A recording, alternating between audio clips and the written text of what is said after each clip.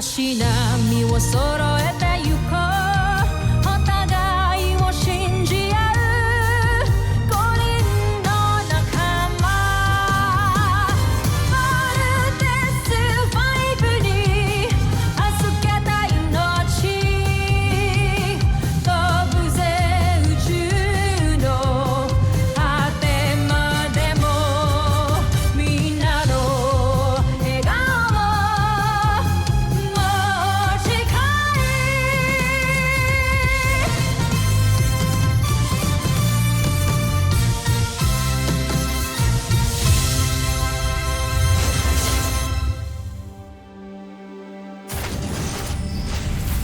Ang nakaraan sa Voltes 5 Legacy. Sinira mo ang tagumpay ko, Sandra. Ngunit kailangan ko kayo iligtas sa pagkakataong yun, Joffrey. Nais ko lamang suklian ang pagsasalbang ginawa niyo sa akin. Hindi ko kailangan iligtas mo ko. Karangalan ng busan ang nakataya sa labi namin Steve Armstrong. At sinira mo yun. Ilang batalyong ba itong mga Bosanians na to? Parang mga langgam eh, hindi sila nauubos. Pero hindi tayo pwedeng umatras, mga kuya. That's right, Little John. Hindi tayo marunong umatras. Get ready, team. O protektahan natin ang Camp Big Falcon at Earth. Let's not waste time, Steve. Let's get rid of them. Knuckle missiles, locked and loaded. Mauubos ang ating sasakyan ng sundalo. Bumalik na tayo sa kastilyo. Good job, team. I heard a rumor. Totoo ba yung nalaman ko na may gusto raw kayo sa anak ko? Sa nag-iisang anak ko? I mean, sir, mabait ho si Jamie. Caring ho siya, humble. I think you have a very beautiful daughter. So sa madaling sabi, may gusto nga kayo sa anak ko? Give me 100. There's no shame in reaching your limits. Kaya nang dapat hindi nyo ikinahiya o ikinatakot na aminin sa akin na tao rin kayo na nagkakagusto, nagmamahal. Hanggat nandito pa ang mga Bosanians at nagbibigay ng gulo dito sa mundo natin. Hindi nyo dapat inuuna ang interes ninyo. You would be compromising the mission at ilalagay sa peligro si Jamie. Kapag wala na, hindi na ako ang Supreme Commander ng Earth Defense Force. Only then, you can pursue my daughter. Nagkakaintindihan ba tayo sa kondisyon ko? Sir, yes, sir! Nasa ilalim ka ngayon ng aking kapangyarihan, Zandra. Susunod ka sa bawat nais ko.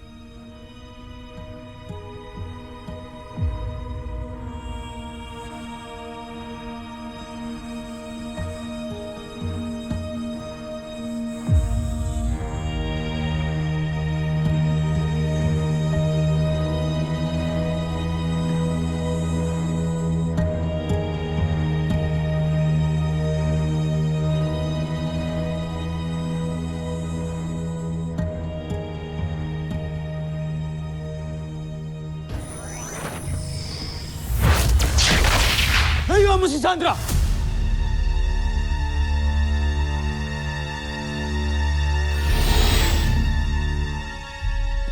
Joffrey, anong ginagawa niyo rito?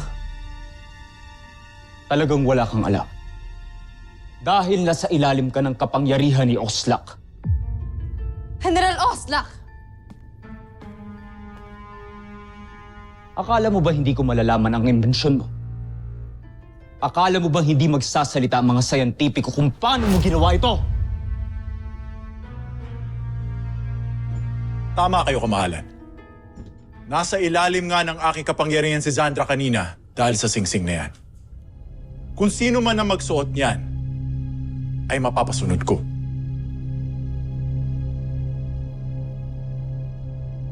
Magaling kung gano'n.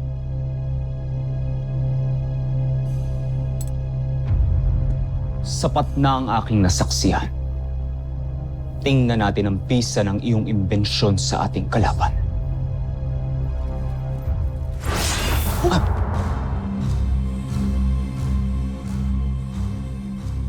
Subukan mong pagnasaan ulit si Zandra.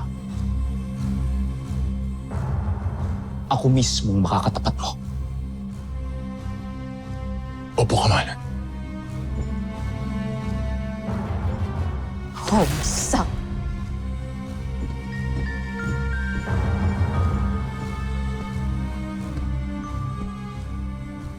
At ikaw naman, Sandra.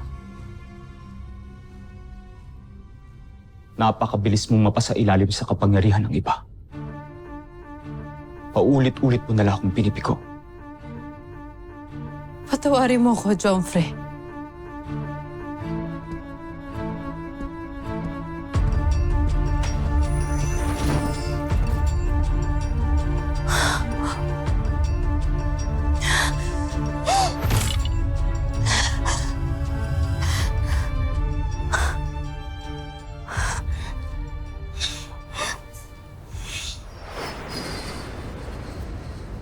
Sir, nakahanda na po ang transport nyo.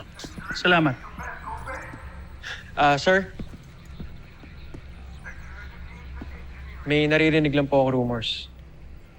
Is it true na magre-resign na po kayo sa posisyon nyo? May time sa isang officer, kailangan mag-assess sa sarili niya. Kung siya ba isang effective leader o hindi. If he feels he's not 100%, maybe it's time to pass on command to someone more able. If I may be so bold, sir, tingin ko deserve nyo pa rin po ang posisyon nyo. Dahil we all still believe in you, sir. Thank you, Captain. Sir,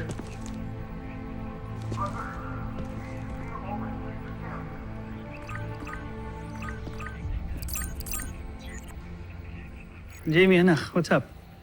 Hi, Dad. I just wanted to ask you something. Are you busy ba? Ano yun, anak? Tumaba po pa kayo? Jamie, wala akong time makipaglokohan sa'yo. At hindi ako tumaba, ha? Sige na. Baka madali ako. Pikon na naman kayo. Anyways, I just got you something and I hope you're gonna like it. Okay? Bye, Dad. I love you.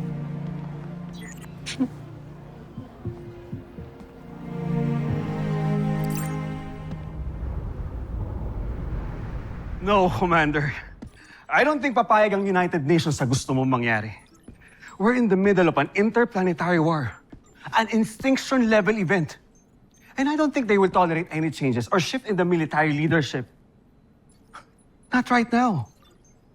I'm aware of the repercussions, Larry. I personally invited UN Ambassador Rogers over. Para masabi mo sa kanya kung ano talagang gusto mong mangyari. Larry, hindi na magbabago ang desisyon ko. Oscar, ano ba talagang dahilan? May dinaramdam ka ba? Are you sick?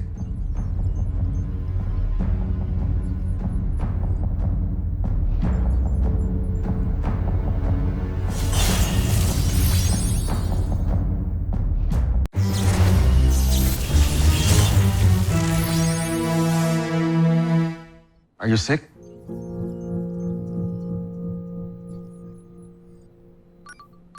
Lieutenant Robinson requesting permission to enter, sir. Enter.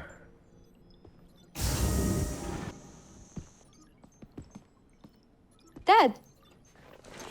Jamie, Sir. may mahalaga kami pinag-uusapan.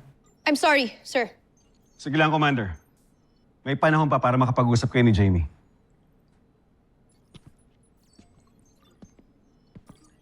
Aris, Lieutenant.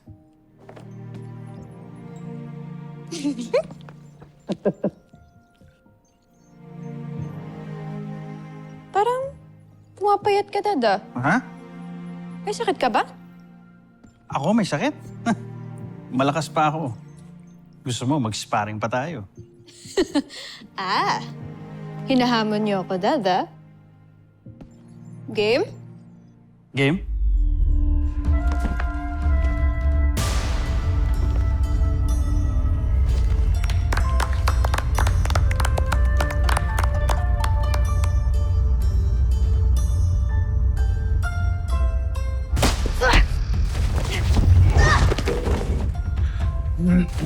Pulling your punches, Jamie. Sure you're up for this? Grabe, ang galing nila pareho. Nga, kuya. Di ko nga din alam kung sino nga i-cheer ko eh.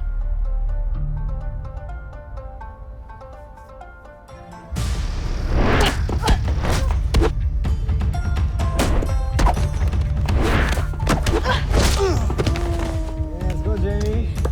Let's go.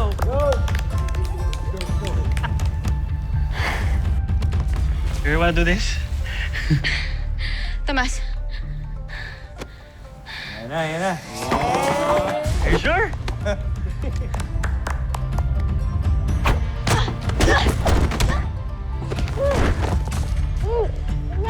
Give up!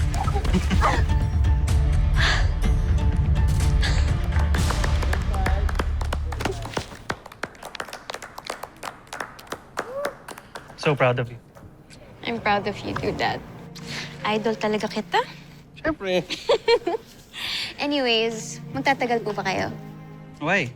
I have a surprise for you. Sige. Sure. General, may incoming call from Ambassador Rogers. Okay, I'll take it from Dr. Smith's office. I'll see you later. See you later, Dad.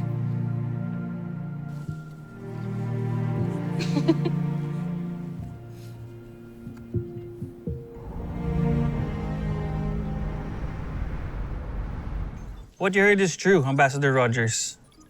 That is the reason why I'm resigning my position as a Supreme Commander General. I understand, Commander Robinson, but have you asked for a second opinion about your illness? Don't you think you're making a hasty decision? I'm sorry, Ambassador, but my decision is final. The Chief Medical Officer can give you all the details that you need to know about my condition. Ambassador, I just want to spend my remaining years with my daughter. All right. I will inform the organization about this, but I will not disclose the reason of your resignation. Thank you for your understanding, Ambassador Rogers.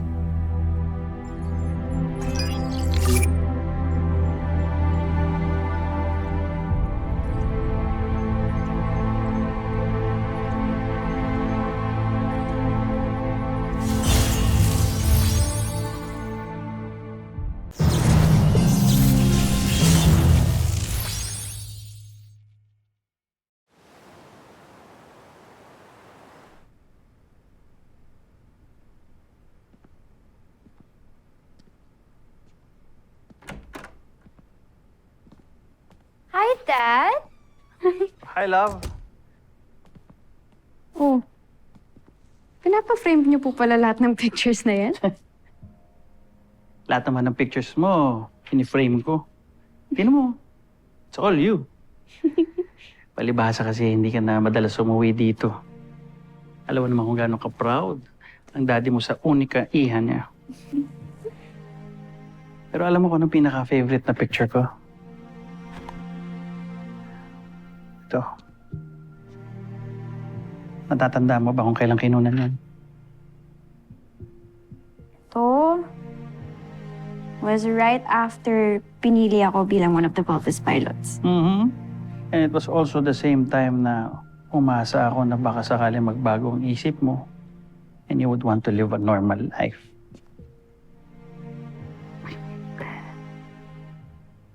Pero alam mo,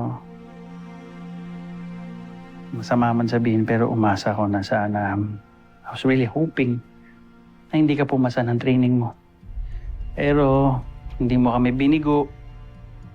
You passed the training. I've always admired your determination. But at the same time, up to now, until now, para akong atakihin sa puso kapag ginagawa niyo yung mga mission niyo. Takot ako para sa'yo. Dad, lagi naman po kami nag-iingat eh. Kalalo mo ako. Lagi akong nag-iingat dahil sa inyo. Alam niyo naman po to, di ba? Pero now that I'm serving the country, now the whole world, it's always been my dream, Dad. I want to make a difference. Gusto kong protektahan yung mga tao gaya ng palagi niyong sinasabi sa akin nung bata ako. Kasalanan ko pa ngayon.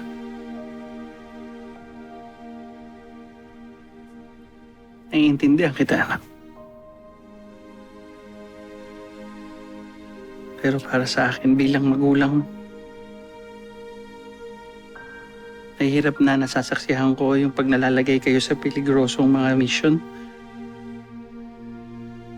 Natatakot ako. Palagi akong natatakot. Takot ako. Baka mawala ka. Alam mo, kahit sundalo ko, malambot ang puso ko. Lalo na pagdating sa'yo. Alam mo ba, bata ka nga, di ba? Pag nadadapa ka, natataranta ako.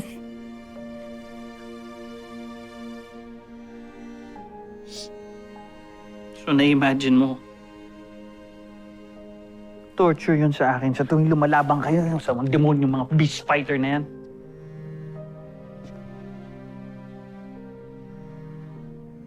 Naiintindihan ko kayo, Dad, but please. Please trust me, Dad, okay? Palagi po akong mag-iingat para sa inyo. Para makauwi po ako ng buhay para sa inyo. Okay, Dad?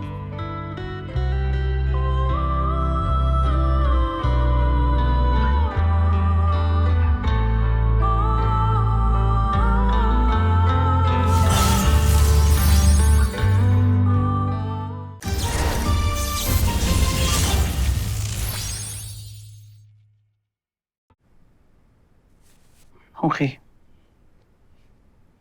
Pero ayokong mawala ka dahil mag-aasawa ka na maaga. Ha? Jamie, marami akong alam na hindi mo kinukwento sa akin. Matanda ka na, maganda. Kaya hindi mo masisisi sina Steve at Mark na magkagusto sa'yo. Hindi ka pa pwede magka-boyfriend, lalong-lalo na ang mag-asawa. Okay?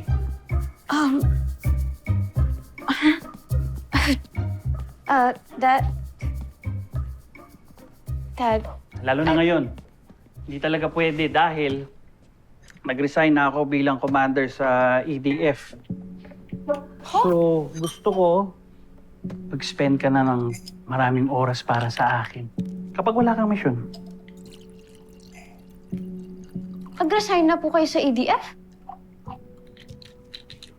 Dad! Bakit po kayo nag-resign? It's about time. Nakapagsilbi na ako ng matagal. Tsaka, kailangan naman natin bigyan ng time to shine ng mga bagong officers. Gusto ko rin bumawi sa'yo, anak. Gusto kong bumawi sa'yo sa mga pagkukulang ko sa'yo nung bata ka. Just in case na nawala ako. Gusto ko magkaroon tayo ng mga experiences and moments na maaalala mo.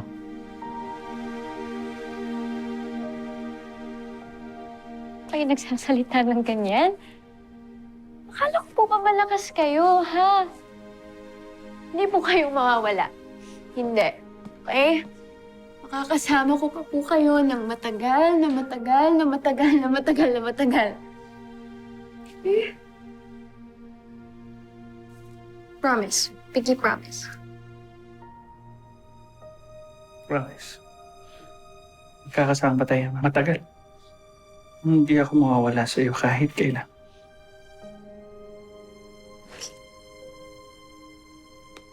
Good.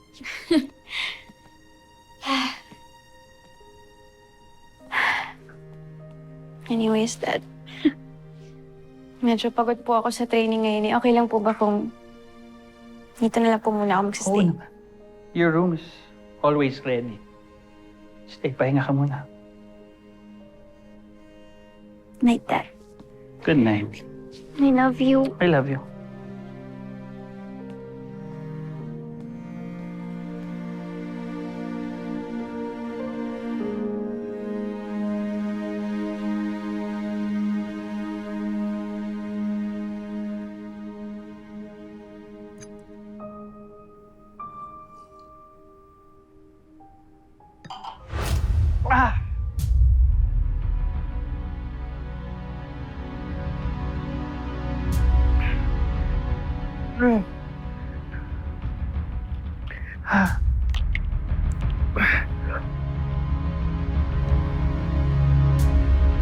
Hello,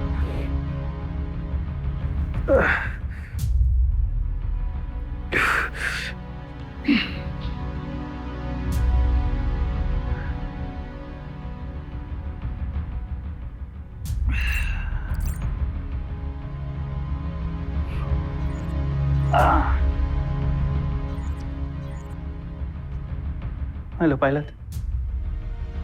Kailangan natin mag-usap. May halaga akong ipapagawa sa'yo. Tungkol sa anak ko.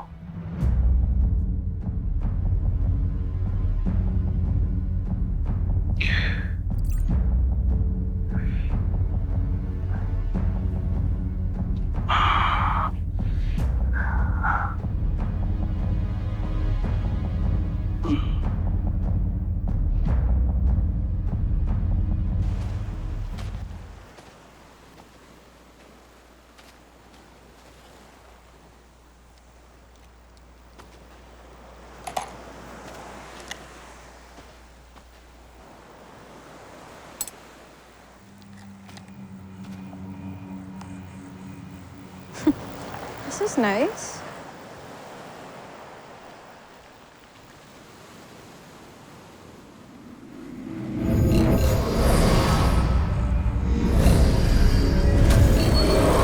Jamie Robinson, nasa ilalim ka na ng aking kapangyarihan.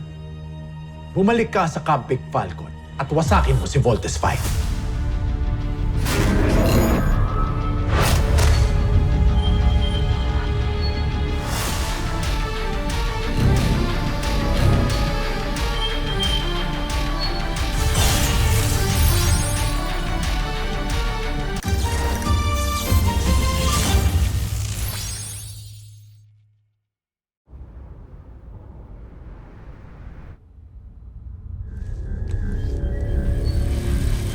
Nais kong wasakin mo ang bahagi ni Voltes 5 na naglalaman ng kanyang laser sword.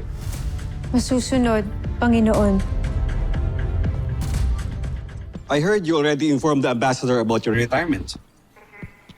And the chief medical officer also revealed to me that you have a health problem. Actually, it's not that fatal.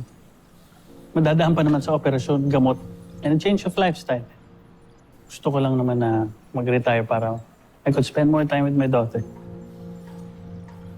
Tama nga naman. Panahon na para igugol mo yung buhay mo para sa sarili mo, para kay Jamie. Salamat, Larry. I know the kids are in good hands kahit hindi na ako parte ng team. Dahil alam ko nandiyan ka. So, how would you like to spend your retirement? Well, before undergoing the operation, I'm planning on taking Jamie to this beautiful island up north. Yung nakita ko yun nung nagre-recon ako eh. Tapos babalik kami dito. Dito ka pa rin titira? Ayaw mo ba? Hindi naman, pero baka maging stressful para sa yung lugar na to. Dito na ako naging tao, Larry. Dito na ako tinubuan ng puso. Hindi ko kayang iwan ang lugar na to. At tutulong pa rin ako sa aking makakaya. Not until we accomplish our mission. Okay lang ba sa'yo? Of course. You're always welcome here, my friend.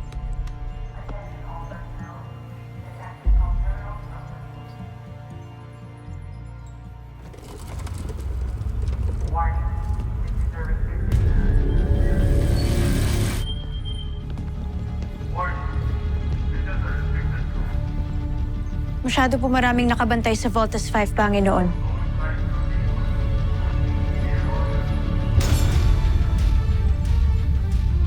Nakita ko po si Commander Robinson. Ito na lang ang gawin mo. Takpin mo si Commander Robinson at gawin mong pain. Hanggang hawak ko ang iyong ama, hindi ako magagawang wasakin ang inyong hukbo.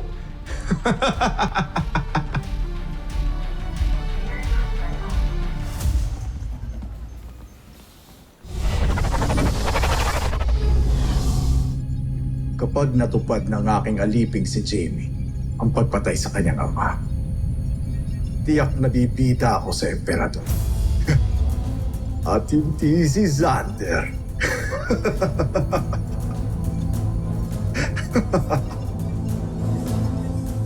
Susunod sa Voltes 5 Legacy. Jamie? Kapag sineswerte ka nga naman, kumanda kayo. Katapusan niyo na. Stop here, Jamie. Ako nang tatapos sa inyong mag-ama.